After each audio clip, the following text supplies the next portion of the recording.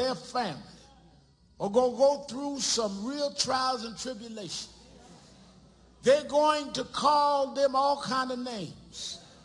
But their target is all of us.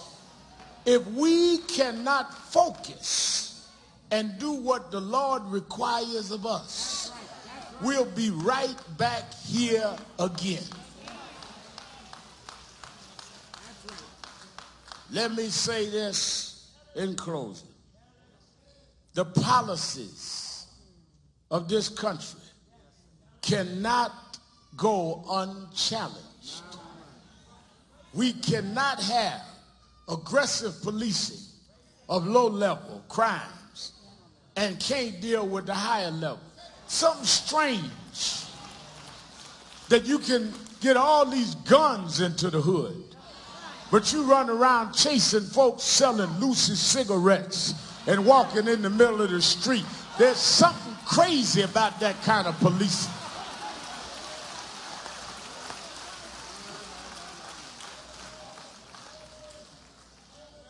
Ramal, their policemen are human. Yes, they are. But they also have a different kind of commitment. Because once you put on that state badge and that gun that is state backed up, you cannot react like another citizen. You're supposed to be trained above that. And we should expect that in our community like they get it in any other community. No community in America would tolerate an 18-year-old boy laying in the street 4.5 hours, and we're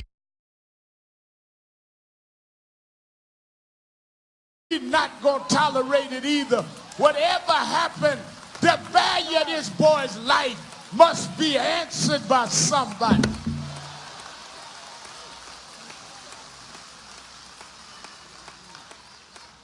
I want to say to the family, you got some difficult days. Won't be long for the crowds to be gone. These cameras will go on to another story. But I want you to know that there is a God. A God I'm told Michael believed in. That'll be with you when everybody else is gone. And he requires of you to believe in him.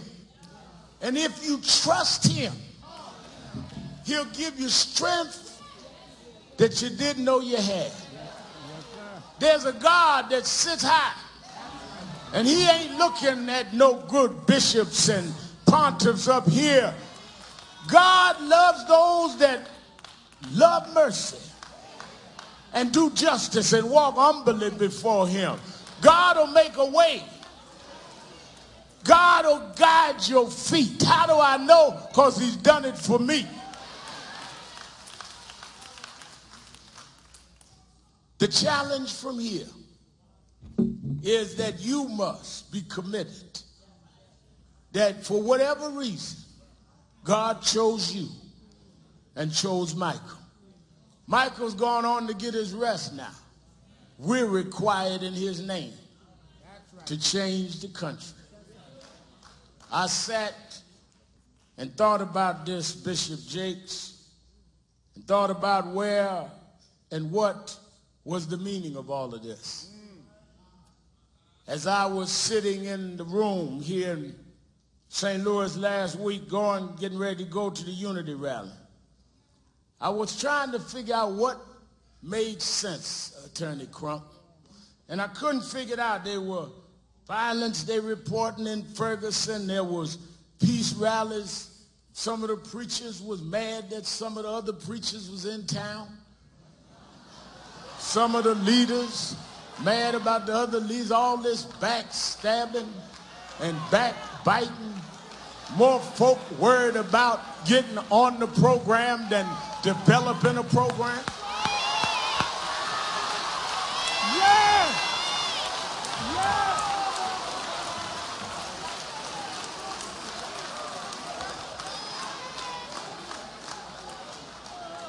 But Leslie, I remembered an old preacher told me a story that tied it together for me. He said, Al, I was reading a novel one night. He said, the more I read, the more I couldn't put it down, the more intense it got. He said to me, Michael, he said, it was time for me to go to bed, and I had to preach early in the morning. It was a Saturday night. He said, but I couldn't put it down because I had to deal with the plot of the story, and I couldn't figure the plot out. He said, I looked at the clock. It was 12 midnight. And I wanted to put it down, but I couldn't figure out the plot. He said, I looked again and it got 1 in the morning. I knew I had to get up early to preach. He said, so Al, I cheated. I turned to the end of the book. And I saw how the story ended. And that's how I got my rest. I want you to know, Michael Sr., I want you to know, Leslie, I cheated. I sat up in the hotel and took out my Bible. And I turned to the end of the book. Yes. I don't know how long the investigation will be. I don't know how long the journey will be. But I know how this story going to end. The first will be last.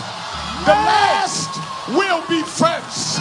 The lion and the lamb going to lay down together. And God will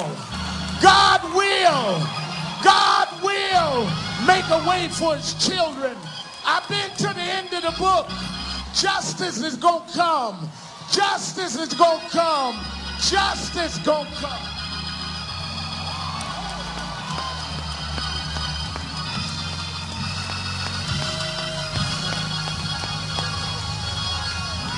Yes, sir.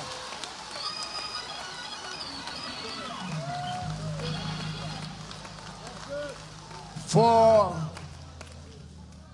we go forward, I want to break in the program and do something special.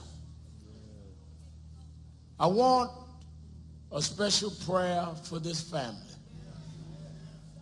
Special prayer for the nation.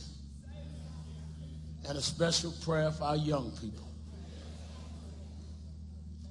We have so many prominent people. Will all the members of Congress stand? I know we're going to hear from Clay. But I see Maxine Waters, Yvette Clark, Hank Johnson. Al Green ain't the singer now. That's Congressman Al Green. Senator McCaskill.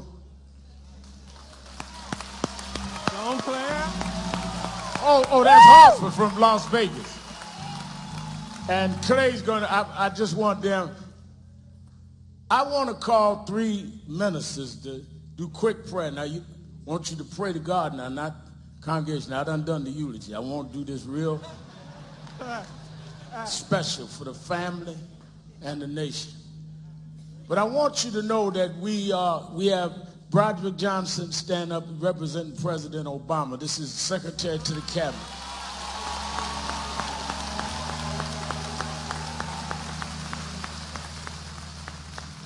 And he's here, Heather Foster.